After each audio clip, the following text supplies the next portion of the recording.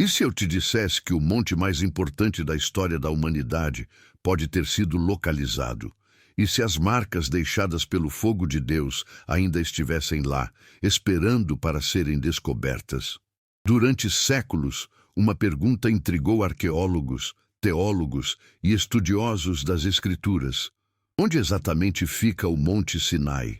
Aquele lugar sagrado onde Deus desceu em fogo, onde a terra tremeu, onde trovões ecoaram como a voz do Altíssimo e onde Moisés recebeu as tábuas da lei que moldaram a civilização ocidental. A tradição sempre apontou para um lugar. Mas e se a tradição estivesse olhando na direção errada? E se por quase 2000 anos estivéssemos procurando no local equivocado? Hoje, você vai conhecer descobertas arqueológicas surpreendentes que têm levado pesquisadores a repensar tudo o que sabíamos sobre a localização do verdadeiro Monte Sinai. Vamos mergulhar em evidências fascinantes. Rochas queimadas por um calor inexplicável, altares antigos preservados pelo deserto, inscrições misteriosas e uma geografia que se encaixa perfeitamente com o relato bíblico. Mas este não é apenas um vídeo sobre arqueologia, é sobre fé. É sobre como a ciência moderna tem confirmado, repetidas vezes, que a Bíblia não é um livro de mitos ou lendas, é história, é palavra viva. É a verdade de Deus registrada para todas as gerações. Prepare seu coração, porque o que você está prestes a descobrir pode transformar completamente a maneira como você lê o Êxodo e fortalecerá sua confiança de que Deus é real, sua palavra é confiável e suas promessas jamais falham. Antes de continuarmos, faça parte dessa jornada de descoberta. Curta este vídeo e se inscreva no canal ativando o sininho. Não perca as próximas revelações bíblicas que vamos trazer e compartilhe este conteúdo com aquele amigo ou familiar que precisa ver que a Bíblia sempre teve razão. Para entendermos a magnitude dessa descoberta, precisamos primeiro revisitar o papel central do Monte Sinai na história sagrada. Este não é um monte qualquer. Este é o Monte do Encontro, o Monte da Revelação, o monte onde o invisível se tornou audível. A história começa no livro de Êxodo, após Deus libertar o povo de Israel da escravidão no Egito. 400 anos de cativeiro terminaram com 10 pragas devastadoras, a Páscoa inaugural e a travessia milagrosa do Mar Vermelho. Mas a libertação física era apenas o começo. Deus tinha um propósito maior, transformar uma multidão de ex-escravos em uma nação santa, um povo separado para carregar sua presença entre as nações. E foi no Monte Sinai que essa transformação começou. Êxodo capítulo 19 descreve a chegada do povo ao deserto do Sinai, 3 meses após deixarem o Egito. Ali, ao pé daquele monte imponente, Deus faz uma aliança com seu povo. Escute as palavras do próprio Senhor em Êxodo 19, versos 4 a 6. Vocês viram o que fiz ao Egito e como os carreguei sobre asas de águias e os trouxe para junto de mim. Agora, se me obedecerem fielmente e guardarem a minha aliança, vocês serão o meu tesouro pessoal dentre todas as nações. Embora toda a terra seja minha, vocês serão para mim um reino de sacerdotes e uma nação santa. Que promessa extraordinária! Mas toda a aliança requer termos. E é neste monte que Deus estabelece os fundamentos morais e espirituais de Israel, os 10 mandamentos. Êxodo 20 descreve o momento solene. O povo estava acampado ao pé do monte. Moisés, o mediador escolhido, sobe para se encontrar com Deus. E então, acontece algo sem precedentes na história humana. Deus fala audível e diretamente a todo o povo. Leia comigo Êxodo 19, versos 16 a 19. Na manhã do 3º dia, houve trovões e relâmpagos, uma nuvem espessa sobre o monte e um toque de trombeta muito forte. Todos no acampamento tremeram de medo. Então, Moisés conduziu o povo para fora do acampamento para encontrar-se com Deus, e eles ficaram ao pé do monte. O Monte Sinai estava todo coberto de fumaça, porque o Senhor tinha descido sobre ele em fogo. A fumaça subia como fumaça de fornalha, e todo o monte tremia violentamente. O som da trombeta ia ficando cada vez mais forte. Então Moisés falava, e a voz de Deus lhe respondia. Você consegue imaginar o Criador do universo descendo em fogo sobre uma montanha, a terra tremendo sob o peso da glória divina, a fumaça subindo como de uma fornalha gigantesca, o som crescente de uma trombeta sobrenatural, o terror santo tomando conta de milhões de pessoas. Este monte não foi apenas palco de uma cerimônia religiosa, foi o lugar onde o céu tocou a terra de forma tangível, onde a santidade de Deus foi manifestada de modo aterrorizante e maravilhoso. Foi aqui que Israel recebeu não apenas leis, mas uma identidade. Não apenas mandamentos, mas um chamado. Durante quase 40 dias, Moisés permaneceu no topo daquele monte, recebendo instruções detalhadas sobre adoração, justiça, moral e a construção do tabernáculo. Deus estava estabelecendo uma ordem nova. Ele habitaria entre seu povo. E agora vem a pergunta que atravessou milênios. Onde exatamente ficava esse monte? Durante séculos, a tradição cristã apontou para a península do Sinai, especificamente para o monte conhecido hoje como Jebel Musa, ou Monte de Moisés, perto do mosteiro de Santa Catarina. Esta tradição se solidificou no século IV, quando Helena, mãe do imperador Constantino, identificou aquele local como o Sinai bíblico. Monastérios foram construídos. Peregrinos viajaram por séculos para subir aquele monte. Mas há um problema. Vários problemas, na verdade.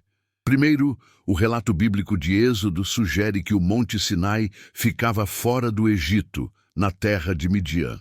Quando Moisés fugiu do Egito após matar o egípcio, ele foi para Midian, casou-se com Zípora, filha do sacerdote Jetro, e apacentava as ovelhas de seu sogro.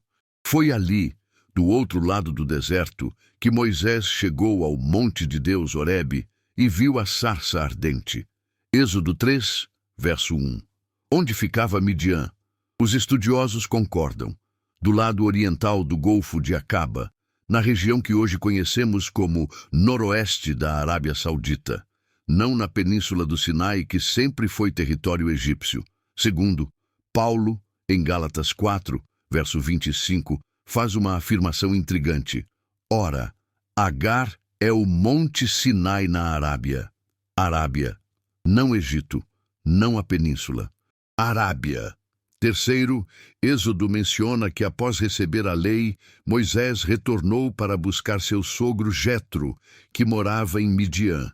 Seria estranho Jetro viajar centenas de quilômetros desde a Arábia até a península do Sinai se o povo de Israel estivesse acampado tão longe de sua casa. Todas essas inconsistências levaram pesquisadores modernos a uma pergunta ousada. Estaríamos procurando o Monte Sinai no lugar errado há quase 2000 anos? Antes de mergulharmos nas evidências arqueológicas e nas descobertas que têm surpreendido pesquisadores ao redor do mundo, deixe-me traçar um mapa do que vamos explorar juntos neste vídeo.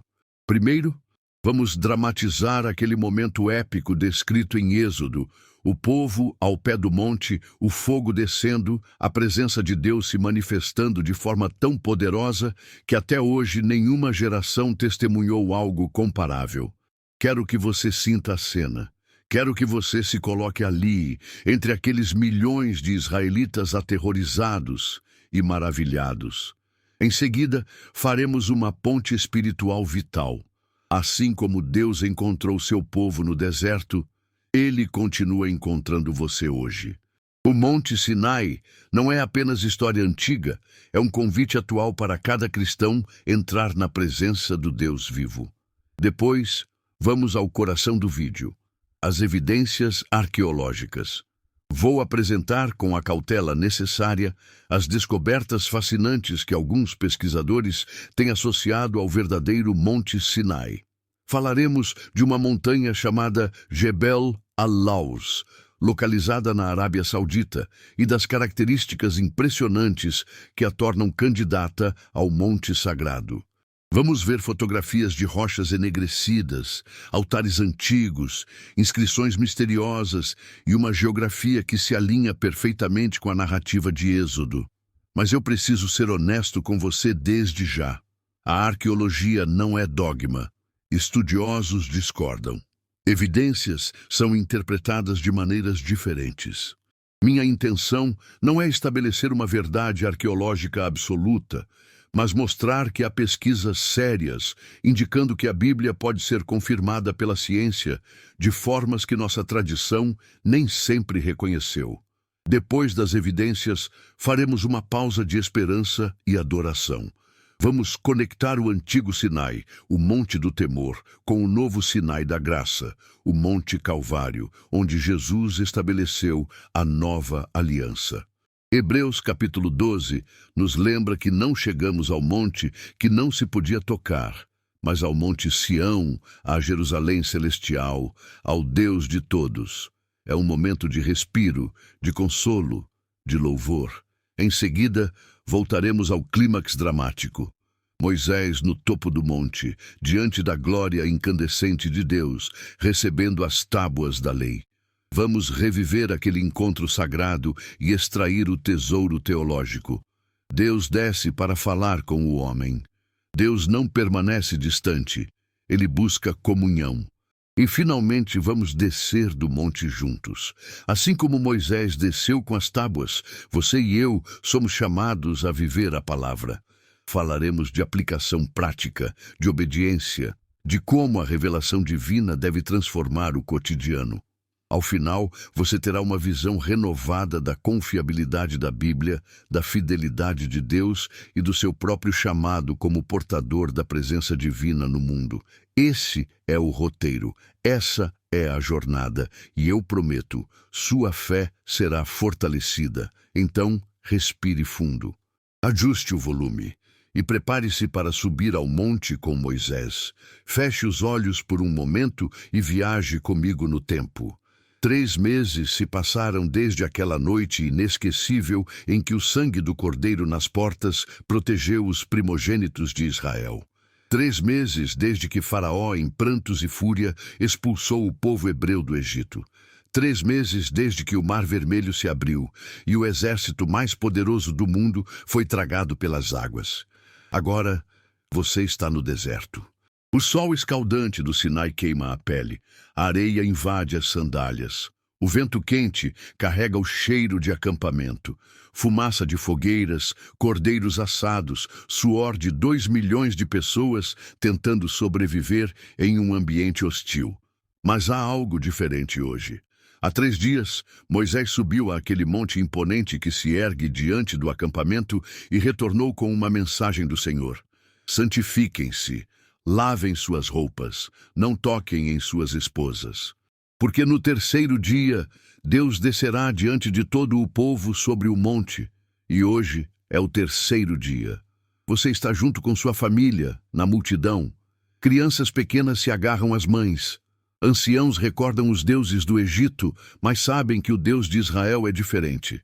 Jovens guerreiros que cruzaram o Mar Vermelho com espadas em punho, agora tremem de expectativa e medo. De repente, a manhã explode. Um trovão rasga o céu. Não é trovão de tempestade comum. É um som grave, retumbante, que faz o chão vibrar sob seus pés. Outro trovão e outro. O céu escurece. Relâmpagos iluminam o deserto com clarões violentos. E então você vê. Uma nuvem espessa, negra, sobrenatural, desce sobre o cume do monte. Não é nuvem de chuva. É a glória visível de Deus, condensada, envolvendo o pico da montanha como um manto de mistério. A multidão começa a recuar. Pais seguram filhos, mães choram. Alguém grita, vamos morrer. Mas então vem o som. Um som que não é de tempestade nem de guerra. É o som de uma trombeta, mas não é trombeta tocada por lábios humanos. É um chofar celestial, crescente, cada vez mais alto, cada vez mais penetrante, perfurando os ouvidos, os ossos, a alma, e você vê, o topo do monte está em chamas, não chamas comuns. É fogo descendo do céu, fogo que não consome a rocha, fogo que sobe como fumaça de fornalha gigantesca. A montanha inteira parece estar ardendo. O calor é sentido até no acampamento. A fumaça sobe aos céus, densa, negra, carregada da presença insuportável do Deus Santo. E o monte treme. Não é tremor leve, é terremoto. A terra sacode violentamente. Pedras rolam das encostas, as tendas balançam, as pessoas caem de joelhos não por reverência, mas por puro terror. Você tenta olhar para cima, mas não consegue. A glória é intensa demais, o medo é grande demais. E então você entende, com cada fibra do seu ser, o que significa santo. Você entende por que Moisés, diante da sarça ardente, tirou as sandálias. Você entende por que o Senhor disse: ninguém verá minha face e viverá. Este não é o Deus dos ídolos egípcios, feitos de ouro e madeira. Este não é o Deus Sol-Ra, nem o Deus Rio Nilo. Este é o Deus vivo, o Criador de todas as coisas, o Senhor dos exércitos, o Eu Sou. E Ele está aqui. Moisés se aproxima. Apenas Moisés. O homem que gaguejava diante de Faraó agora caminha firme em direção à nuvem de fogo. A multidão observa, em silêncio agora, enquanto a figura de Moisés desaparece na fumaça. E uma voz começa a falar. Não é voz humana, é voz que faz a terra estremecer, é voz que ecoa como 1000 águas, é voz de Deus. Eu sou o Senhor, teu Deus, que te tirei da terra do Egito, da casa da escravidão. Não terás outros deuses diante de mim. Os 10 mandamentos estão sendo proclamados. Não escritos ainda, mas falados. E cada palavra é como trovão. Cada mandamento é como fogo. A lei de Deus está nascendo, audível, diante de uma nação inteira. Você está chorando agora. Não sabe se é de medo ou de reverência. Talvez ambos. Você nunca mais será o mesmo. Ninguém que testemunhou este dia jamais será o mesmo, porque hoje você viu que Deus é real. Hoje você ouviu sua voz. Hoje você entendeu que a Bíblia não é filosofia humana nem coleção de histórias inventadas. É o registro do impossível acontecendo. É a verdade queimando como fogo sobre o monte. E em algum lugar, naquela montanha, as marcas permaneceram. As rochas foram transformadas pelo calor divino. O lugar foi consagrado para sempre. A questão é, onde está esse monte? Talvez você esteja pensando, tudo bem, foi uma cena incrível, mas isso aconteceu há mais de 3.000 anos. O que isso tem a ver comigo hoje? Tudo, porque o Monte Sinai não é apenas uma coordenada geográfica perdida na história. O Monte Sinai é um princípio espiritual. É um padrão que Deus estabeleceu. Ele encontra seu povo no deserto. Pense comigo, Israel não estava em um palácio. Não estava em Jerusalém, cercado de conforto e segurança. Estava no deserto, vulnerável, sedento, dependente. E foi exatamente ali, no lugar da necessidade, que Deus escolheu revelar sua glória. Você está em um deserto hoje? Talvez não seja um deserto de areia, mas um deserto emocional, um deserto financeiro, um deserto relacional. Aquele lugar onde você sente que não há água, não há sombra, não há saída visível.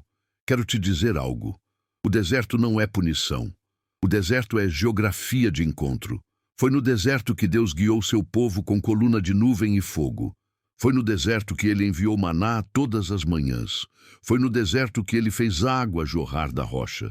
E foi no deserto que ele desceu em fogo para falar face a face com seu servo Moisés. Cada um de nós tem seu próprio Monte Sinai interior. Aquele momento, aquele lugar, aquela circunstância em que Deus falou claramente conosco. Pode ter sido durante uma crise. Pode ter sido em um momento de adoração. Pode ter sido lendo a Bíblia às 3 da manhã, quando o desespero não deixava você dormir, e de repente uma promessa saltou da página e incendiou seu coração. Você lembra do seu Sinai pessoal? Lembra quando Deus não era teoria, mas presença? Quando a palavra não era letra, mas voz viva? O problema é que, assim como Israel, nós também temos memória curta. Poucos capítulos depois do Sinai, o povo já estava fazendo um bezerro de ouro, já estava reclamando, já estava querendo voltar para o Egito. Nós fazemos o mesmo. Deus nos encontra poderosamente, nos transforma, nos fala, mas dias depois estamos duvidando, ansiosos, esquecidos de que Ele é o mesmo Deus de fogo que desceu sobre o monte. Por isso, precisamos revisitar o Sinai. Precisamos lembrar. O salmista diz no Salmo 77, versos 11 a 15, Quero lembrar-me dos feitos do Senhor. Sim, vou lembrar-me dos teus antigos milagres. Meditarei em todas as tuas obras e considerarei os teus poderosos feitos. Os povos viram os teus milagres. Com teu braço poderoso, remiste o teu povo. Lembrar não é nostalgia. Lembrar é fortalecimento. Quando você lembra o que Deus já fez, sua fé para o que Ele ainda fará se acende novamente. Então te convido agora mesmo a fazer uma pausa e perguntar ao Espírito Santo: Senhor, qual foi o meu Monte Sinai? Quando foi que tu falaste comigo de forma inegável? Quando foi que eu te vi agir e soube, sem sombra de dúvida, que tu és real? Pode ter sido o dia da sua conversão. Pode ter sido uma cura. Pode ter sido uma provisão milagrosa. Pode ter sido aquele momento em que você deveria ter morrido, mas Deus te guardou. Pode ter sido a restauração de um relacionamento quebrado. Pode ter sido simplesmente aquela paz sobrenatural que invadiu seu coração quando tudo ao redor era caos. Não deixe o tempo apagar essas marcas. Não deixe a rotina embotar a memória do fogo. Porque se Deus encontrou você uma vez, Ele encontrará de novo. Se Ele falou uma vez, Ele falará de novo. Se Ele desceu em glória sobre o monte no passado, Ele continua descendo sobre os corações que o buscam hoje. O Monte Sinai é a prova de que Deus não é distante. Ele não é um conceito filosófico flutuando em algum céu abstrato. Ele desce, Ele fala, Ele se revela. Ele entra na história, na geografia, na vida concreta de homens e mulheres comuns. E se Ele fez isso com Moisés, se Ele fez isso com Israel, se Ele fez isso com você no passado, Ele fará de novo. Então guarde essa verdade no coração enquanto avançamos. O Deus do Sinai é o seu Deus. O fogo que queimou aquelas rochas 3.000 anos atrás é o mesmo fogo que pode queimar no seu altar interior hoje. Não importa onde o Monte Sinai esteja geograficamente. O que importa é que o Deus do Sinai está aqui, agora, querendo se encontrar com você. Agora vamos ao que muitos de vocês estavam esperando: as evidências arqueológicas. Mas antes de mergulharmos nisso, preciso estabelecer algo fundamental. A fé cristã não depende de arqueologia. Nossa confiança na palavra de Deus não está condicionada a descobertas científicas. A Bíblia é verdadeira porque é inspirada pelo Espírito Santo, e o testemunho interno do Espírito em nossos corações é prova suficiente. Dito isso, é maravilhoso quando a arqueologia confirma o que a Bíblia já dizia. É encorajador, é apologético. É um presente de Deus para os céticos e para os crentes que enfrentam dúvidas. E no caso do Monte Sinai, há descobertas recentes que têm deixado pesquisadores impressionados. Durante décadas, exploradores e arqueólogos questionaram a localização tradicional do Sinai na península. Como mencionamos, há problemas geográficos e textuais. Mas se o Sinai não está na península, onde está? Alguns estudiosos começaram a olhar para o outro lado do Golfo de Acaba, para a região de Midian, na moderna Arábia Saudita. E ali, perto da cidade de Tabuk, há uma montanha chamada Jebel al-Lawz, que significa Montanha das Amêndoas. Esta montanha tem características extraordinárias que a tornam uma candidata fascinante para o verdadeiro Monte Sinai. Vamos analisá-las com cautela e honestidade intelectual. Primeira evidência: o pico enegrecido. Fotografias e relatos de exploradores que conseguiram acessar a região, que é de difícil acesso e controlada pelas autoridades sauditas, mostram que o pico do Jebel al-Lawz apresenta rochas profundamente enegrecidas, como se tivessem sido queimadas por um calor intenso e prolongado. Agora, rochas vulcânicas são escuras naturalmente, mas Jebel al-Lawz não é um vulcão. A região não tem atividade vulcânica conhecida. E o mais intrigante: apenas o topo da montanha apresenta essa coloração negra intensa. As encostas abaixo são compostas de granito claro, típico da região.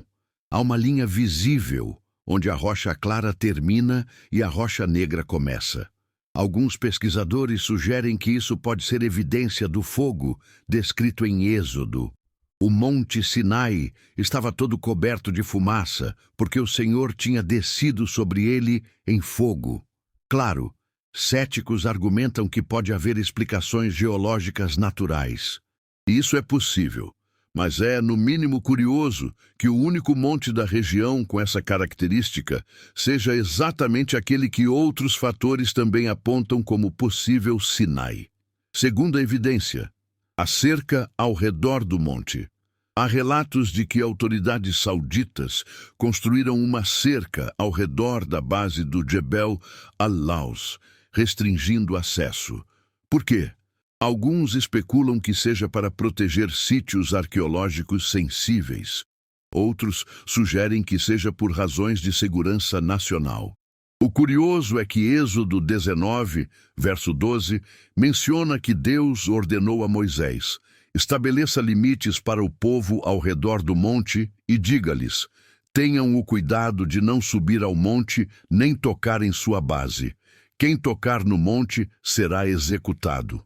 Será que as autoridades modernas, talvez sem saber, estão repetindo o padrão bíblico de proteger um monte sagrado?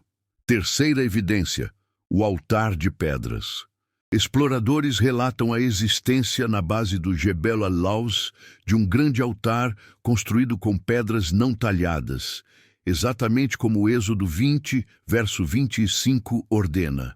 Se me fizerem um altar de pedras, não o construam com pedras talhadas, pois vocês o profanarão se usarem ferramentas sobre ele. Este altar é grande o suficiente para acomodar sacrifícios de uma multidão. E há indícios de que o local foi usado para atividades rituais antigas.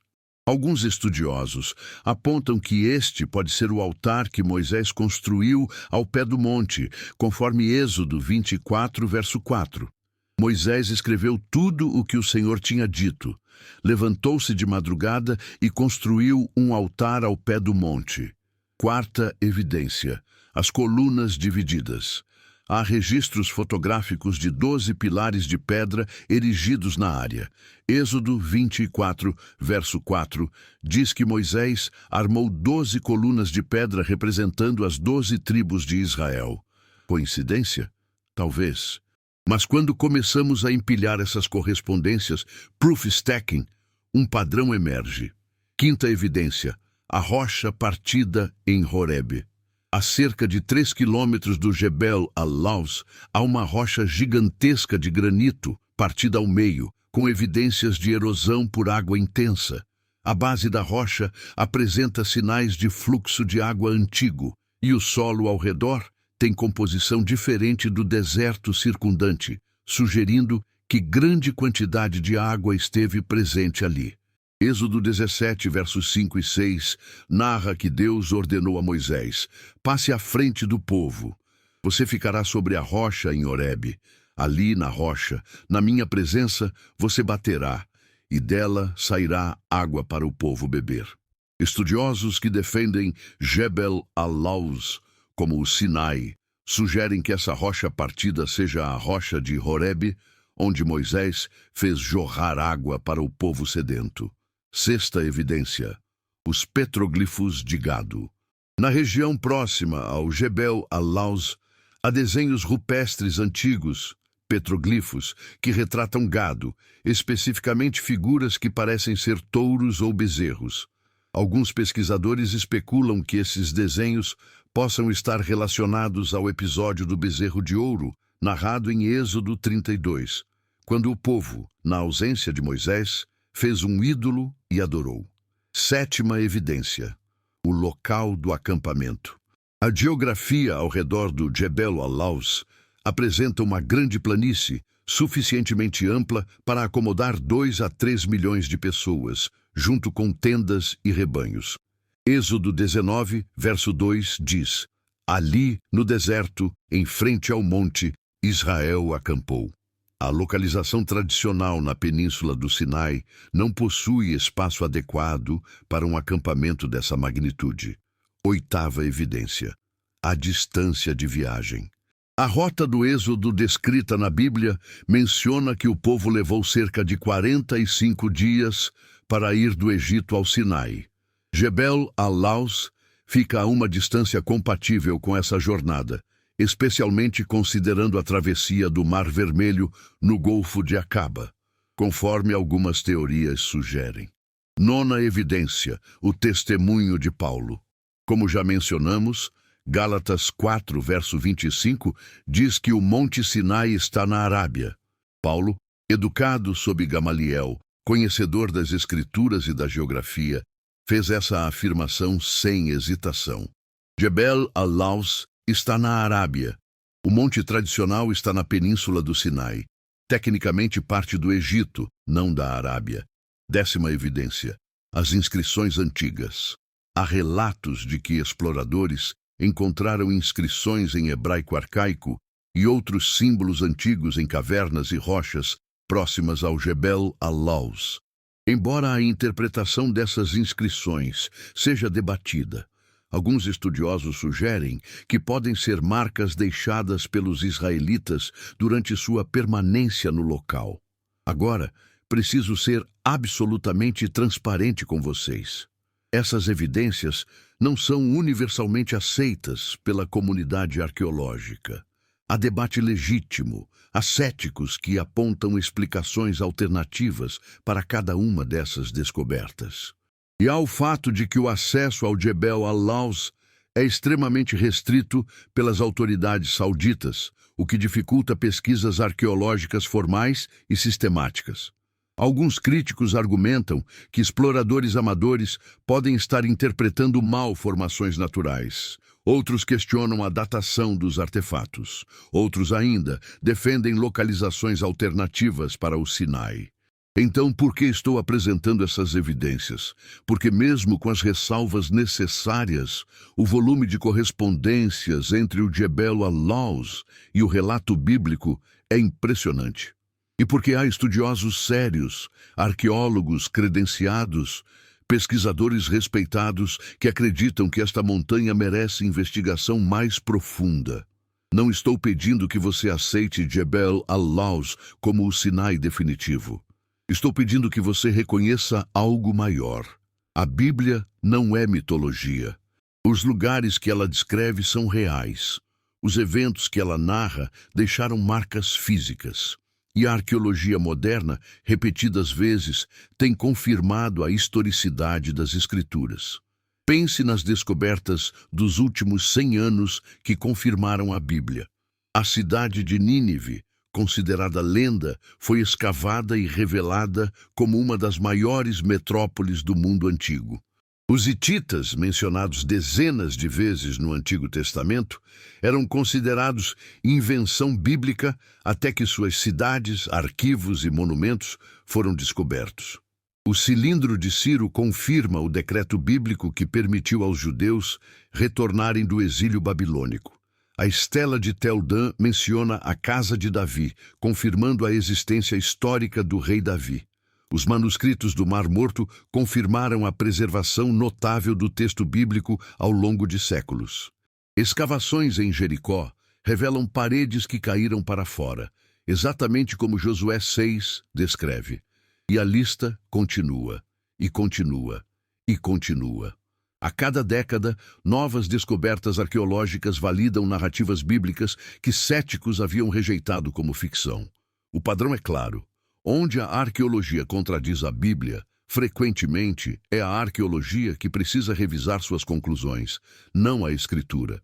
Então, quando olho para o Jebel al-Lawz e vejo rochas queimadas no pico, um altar de pedras não talhadas na base, 12 pilares, uma rocha partida com erosão por água, uma planície para acampamento e uma localização que se encaixa perfeitamente com Sinai na Arábia, meu coração se enche de gratidão, porque Deus não nos pede fé cega.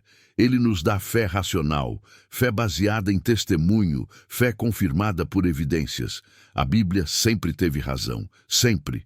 E quanto mais escavamos, quanto mais pesquisamos, quanto mais exploramos, mais descobrimos que ela continua tendo razão. O Monte Sinai está lá, em algum lugar. As rochas queimadas pelo fogo de Deus ainda existem. O altar onde Moisés ofereceu sacrifícios ainda está de pé. Os pilares das 12 tribos ainda marcam o solo. E quando essas coisas forem plenamente reveladas, seja no Jebel al-Lawz ou em outro local que ainda será descoberto, o mundo terá mais uma prova de que a palavra de Deus é confiável, histórica, verdadeira. Não baseie sua fé nestas evidências. Baseie sua fé em Cristo, mas deixe que estas evidências fortaleçam sua confiança, silenciem suas dúvidas e equipe você para defender a fé diante de um mundo cético. A Bíblia sempre teve razão. E continua tendo. Respire fundo comigo. Fizemos uma jornada intensa até aqui. Visitamos o Monte Ardente, sentimos o tremor da terra, exploramos evidências arqueológicas. Mas agora preciso te levar a um lugar ainda mais alto, não geograficamente, mas espiritualmente. Porque há algo extraordinário acontecendo entre o Antigo Testamento e o Novo. Há uma ponte sendo construída entre o Sinai e o Calvário, entre a lei e a graça, entre o trovão que aterroriza e o sangue que reconcilia. E é sobre isso que quero falar agora. O escritor de Hebreus, no capítulo 12, versos 18 a 24, faz uma comparação que deveria deixar todo cristão de joelhos em adoração. Escute com atenção. Vocês não chegaram a um monte que se podia tocar, envolto em trevas, tristeza e tormenta, ao som de trombeta, a uma voz que falava. Os que a ouviram suplicaram que não se lhes falasse mais, pois não podiam suportar a ordem. Se até um animal tocar no monte, deverá ser apedrejado. O espetáculo era tão terrível que até Moisés disse: estou apavorado e trêmulo. Esse é o Sinai. Esse é o monte da lei. O monte do terror santo. O monte que não se podia tocar sem morrer. O monte onde Deus desceu, mas onde o homem não podia subir. Mas então Paulo continua. Ao contrário, vocês chegaram ao Monte Sião, a Jerusalém celestial, a cidade do Deus vivo. Chegaram aos milhares de anjos em alegre reunião, à igreja dos primogênitos, cujos nomes estão escritos nos céus. Vocês chegaram a Deus, o juiz de todos, aos espíritos dos justos aperfeiçoados, a Jesus, mediador de uma nova aliança, e ao sangue aspergido, que fala melhor do que o sangue de Abel. Você está entendendo? Nós, os que estamos em Cristo, não vivemos mais sob o pacto do Sinai.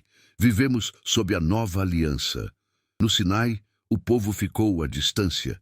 Em Cristo, somos convidados a entrar. No Sinai, o monte fumegava com fogo consumidor.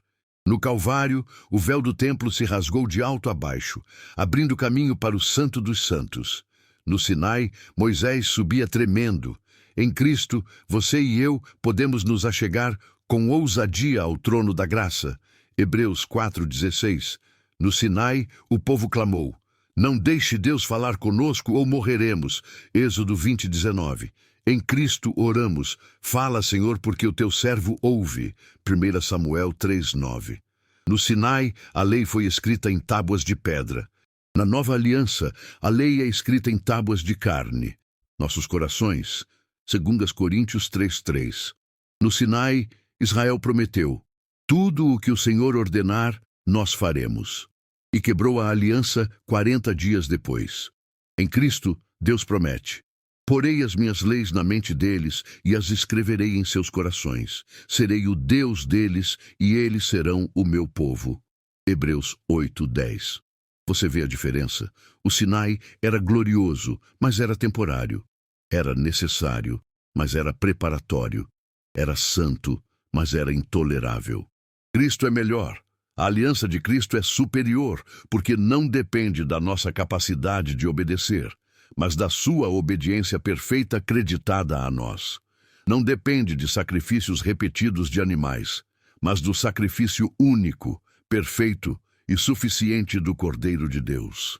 Não depende de um sacerdócio falho e mortal, mas de Jesus, nosso sumo sacerdote eterno, que vive para sempre intercedendo por nós. Quando Deus desceu no Sinai, ele veio em fogo e fumaça. Quando Deus desceu no Calvário, ele veio em carne e sangue. Emanuel, Deus conosco. O Sinai gritava: mantenha distância. O Calvário sussurra: chegue-se mais perto. O Sinai revelava o padrão santo de Deus e expunha nossa incapacidade. O Calvário revela o amor redentor de Deus e garante nossa aceitação. E aqui está a maravilha que deveria nos fazer explodir em louvor. A mesma lei que foi dada no Sinai, os 10 mandamentos, a Torá, as ordenanças de Deus, não foi abolida. Jesus não veio destruir a lei, mas cumpri-la. Mateus 5,17. Ele cumpriu cada jota, cada tio. Ele viveu a obediência perfeita que Israel não conseguiu. Ele sofreu a maldição da lei em nosso lugar. E agora, pela fé nele, sua justiça nos é imputada. Então, o cristão não é sem lei. Somos guiados pela lei de Cristo, que é o amor. E o Espírito Santo, habitando em nós, nos capacita a viver de forma que agrada a Deus, não para ganhar salvação, mas porque já fomos salvos. Isso é graça. Isso é evangelho. Isso é a aliança renovada. Sabe por que estou fazendo essa pausa devocional no meio de um vídeo sobre arqueologia? Porque podemos achar o Monte Sinai, escavar cada pedra, catalogar cada inscrição e ainda assim perder o ponto principal. O ponto principal não é onde Deus falou há 3.000 anos, é que ele continua falando hoje. O ponto principal não é confirmar a historicidade do Êxodo, é viver o êxodo pessoal da escravidão do pecado para a liberdade em Cristo. O ponto principal não é defender a Bíblia, é viver a Bíblia. Você está cansado de tentar ser bom o suficiente? O Sinai te condena, mas Cristo te justifica. Você está oprimido por culpa? A lei acusa, mas o sangue de Jesus purifica. Você sente que Deus está distante? No Sinai, ele estava. Em Cristo, ele habita em você. Então, louve a Deus pelo Sinai, agradeça pela lei, maravilhe-se com o fogo e a glória, mas não fique no Sinai. Corra para o Calvário, corra para a cruz, corra para Jesus. Porque ali, no madeiro maldito, quando Jesus bradou, está consumado, a aliança foi selada. O sacrifício foi aceito, a distância foi aniquilada.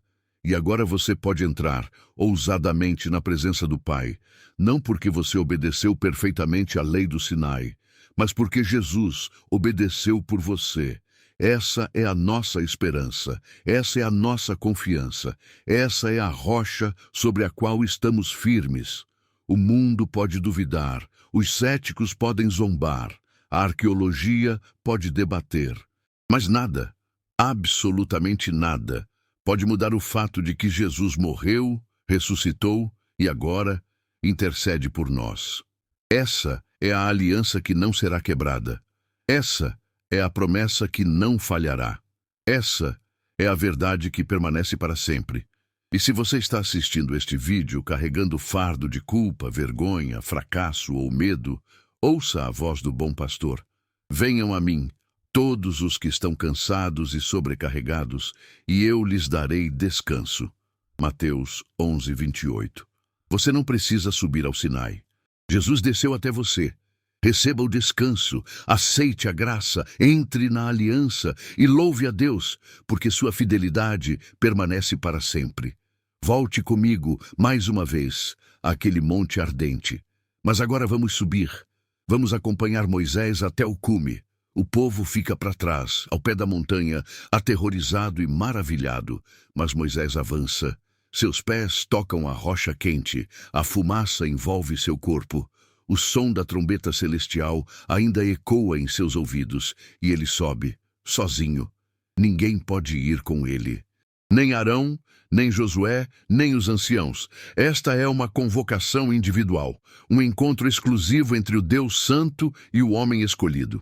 À medida que Moisés sobe, a nuvem se torna mais densa, a glória se torna mais intensa, o calor aumenta, mas ele não para, porque foi chamado. Porque Deus disse, suba até mim no monte. E então Moisés entra na própria presença de Deus. Êxodo 24, versos 15 a 18 descreve: quando Moisés subiu ao monte, a nuvem o cobriu, e a glória do Senhor repousou sobre o monte Sinai. Por 6 dias a nuvem cobriu o monte, e no 7º dia o Senhor chamou Moisés do interior da nuvem. Para os israelitas, a glória do Senhor parecia um fogo consumidor no alto do monte. Então Moisés entrou na nuvem e subiu ao monte, e lá ficou 40 dias e 40 noites. 40 dias, 40 noites, sem comida, sem água. Apenas a presença de Deus sustentando-o. O que aconteceu naquele cume? O que Moisés viu? O que ele ouviu? A Escritura nos dá vislumbres. Deus falou com ele face a face, como quem fala com seu amigo. Êxodo 33, 11. Deus lhe deu instruções detalhadas sobre o tabernáculo, cada cortina, cada utensílio, cada ritual. Deus lhe revelou seu nome. Eu sou o que sou. Êxodo 3,14. Deus lhe mostrou sua bondade, sua misericórdia, sua justiça. E no final, Deus escreveu com seu próprio dedo, em tábuas de pedra, os 10 mandamentos. A lei moral eterna, o padrão de santidade, o reflexo do caráter divino. Mas algo ainda mais extraordinário aconteceu. Êxodo 34, versos 29 a 35, narra que quando Moisés desceu do monte, seu rosto resplandecia. Ele havia absorvido tanto da glória de Deus que sua própria face emitia luz. O povo teve medo de se aproximar dele. Sua pele brilhava como se estivesse incandescente. E Moisés teve que cobrir o rosto com um véu para que o povo pudesse olhar para ele. Você entende o que isso significa? Estar na presença de Deus transforma. Não metaforicamente, literalmente, fisicamente, espiritualmente. Moisés subiu como um homem comum, desceu como um homem marcado pela glória. E isso é o que acontece quando você encontra Deus de verdade. Você não sai o mesmo. Você não pode sair o mesmo. Jacó lutou com Deus e saiu mancando, mas abençoado. Isaías viu o Senhor assentado em seu trono e gritou: ai de mim, estou perdido! Mas foi purificado. Paulo encontrou Jesus na estrada de Damasco e ficou cego, mas teve os olhos espirituais abertos. João, na ilha de Pátimos, viu o Cristo glorificado e caiu como morto, mas recebeu a revelação do Apocalipse. Encontros genuínos com Deus deixam marcas.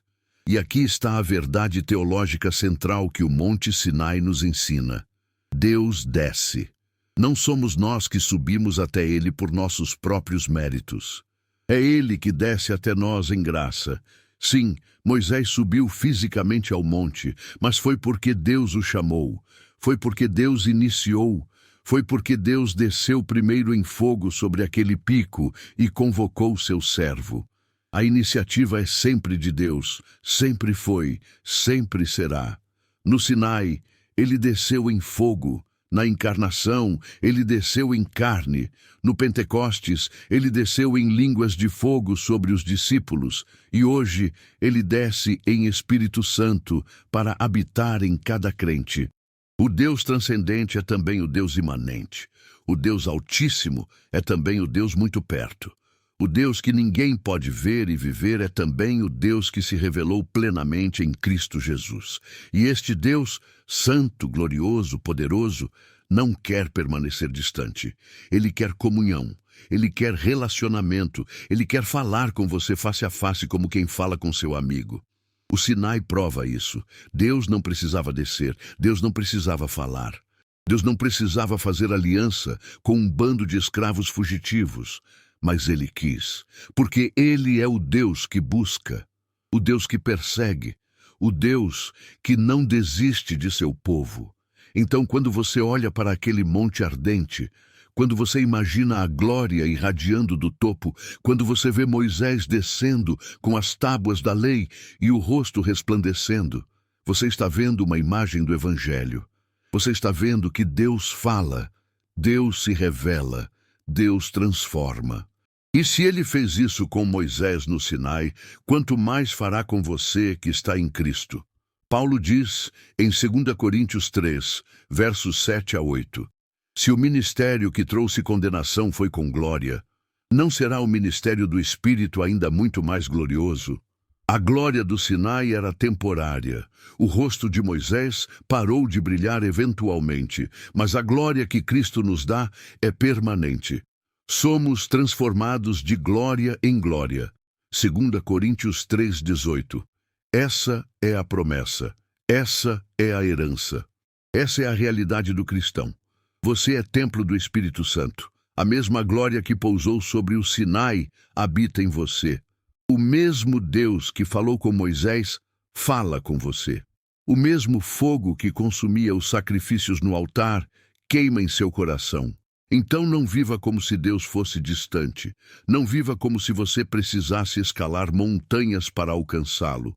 Não viva em terror, como Israel ao pé do Sinai. Viva na nova aliança. Viva na confiança de que o véu foi rasgado. Viva na ousadia de um filho amado, não de um escravo amedrontado. O Monte da Glória não é mais um lugar geográfico que você precisa visitar. O Monte da Glória está dentro de você. Cristo em você, a esperança da glória. Colossenses 1:27. Essa é a teologia do Sinai. Essa é a mensagem que atravessa 3.000 anos e chega até você hoje. Deus desce, Deus fala, Deus transforma, Deus permanece. E nada, nem a dúvida, nem o medo, nem o mundo, nem o inferno, pode separar você do amor de Deus que está em Cristo Jesus. Essa é a glória que não se apaga. Essa é a aliança que não se quebra. Esse é o Deus que não falha. Louve o Senhor. Mas agora chegamos ao momento mais importante, porque experiências espirituais no topo do monte são gloriosas, mas a vida é vivida no vale. Moisés desceu. Teve que descer, porque lá embaixo havia um povo que precisava de direção, de lei, de estrutura. Lá embaixo havia tendas para organizar, disputas para resolver, uma nação para moldar. A glória do monte existe para equipar você para a missão no vale. E aqui está o desafio que eu coloco diante de você hoje. O que você vai fazer com o que aprendeu? Você viu as evidências arqueológicas, você revisitou o Êxodo, você sentiu o fogo do Sinai. Você adorou ao Deus da nova aliança. E agora? Porque conhecimento sem aplicação é estéril. Emoção sem obediência é vazia. Fé sem obras é morta. Tiago 1, versos 22 a 25 adverte: sejam praticantes da palavra, e não apenas ouvintes, enganando-se a si mesmos. Aquele que ouve a palavra, mas não a põe em prática, é semelhante a um que olha a sua face num espelho e depois de olhar para si mesmo, sai e logo esquece a sua aparência. Mas aquele que observa atentamente a lei perfeita que traz a liberdade e persevera na observância, não esquecendo o que ouviu, mas praticando-o, será feliz naquilo que fizer. Então aqui está o chamado prático. Primeiro, comprometa-se com a palavra. Assim como Deus falou no Sinai, Ele continua falando através da Escritura. A Bíblia que você tem em casa, no celular, na estante, essa é a palavra viva de Deus. Não deixe ela acumular poeira, não deixe ela ser apenas decoração. Leia, estude, medite, memorize.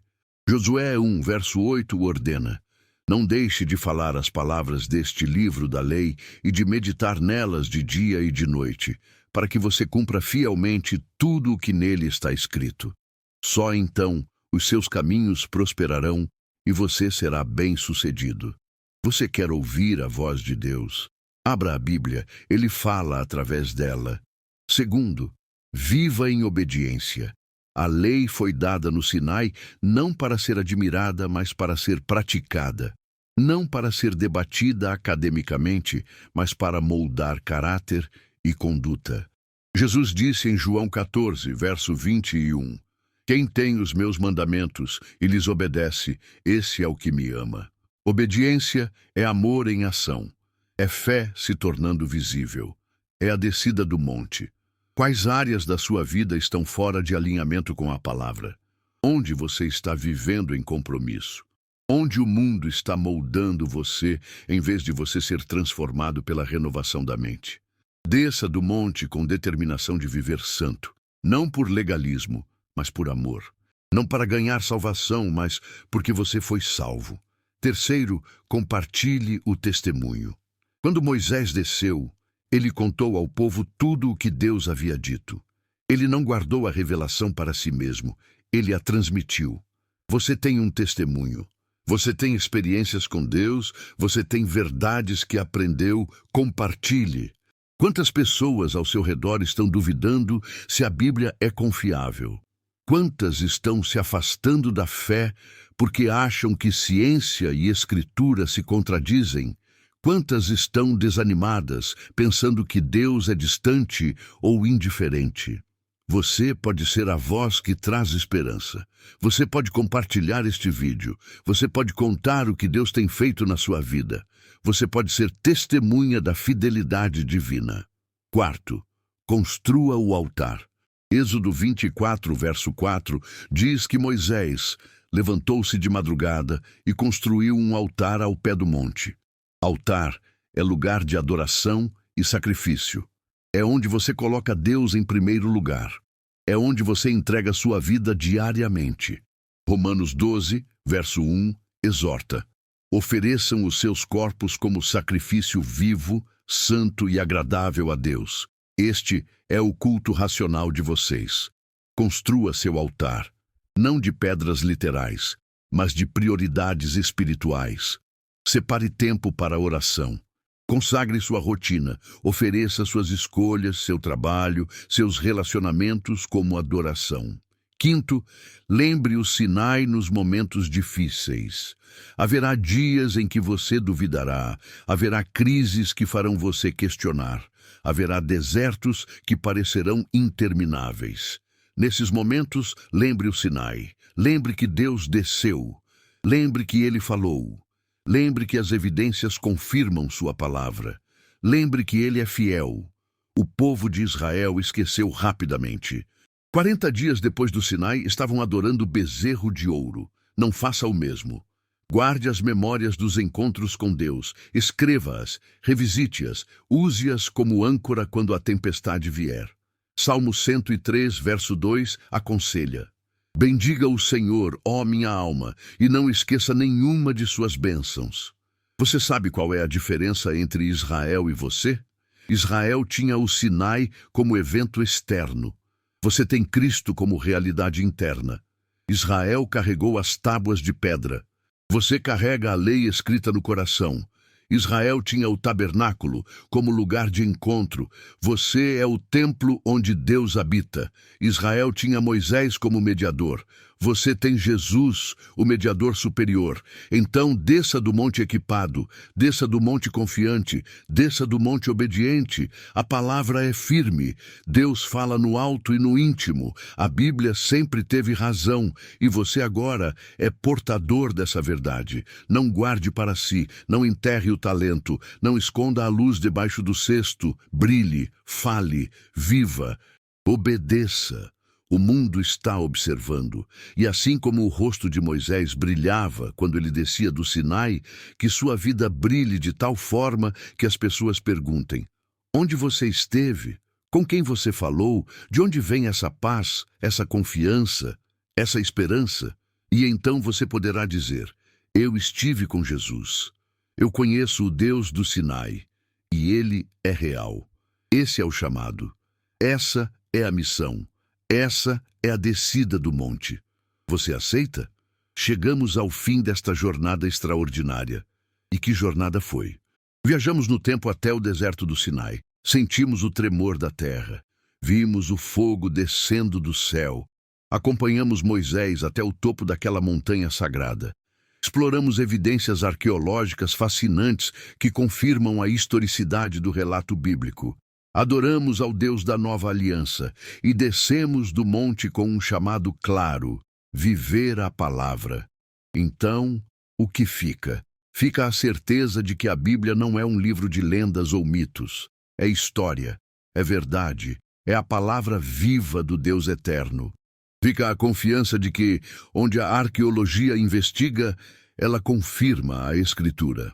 O Monte Sinai, seja no Jebel Alaus ou em outro local ainda a ser descoberto, está lá, com as marcas do fogo divino preservadas pelo deserto.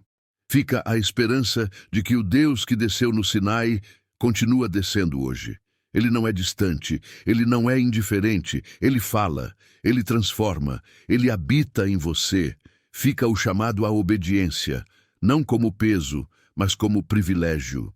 Não como lei que condena, mas como caminho que liberta. E fica a palavra secreta deste episódio: Monte da Presença. Porque foi isso que o Sinai sempre foi, não apenas um lugar geográfico, mas o Monte da Presença, onde Deus escolheu se encontrar com seu povo. E agora, em Cristo, você é o Monte da Presença. Onde quer que você vá, a glória de Deus vai com você.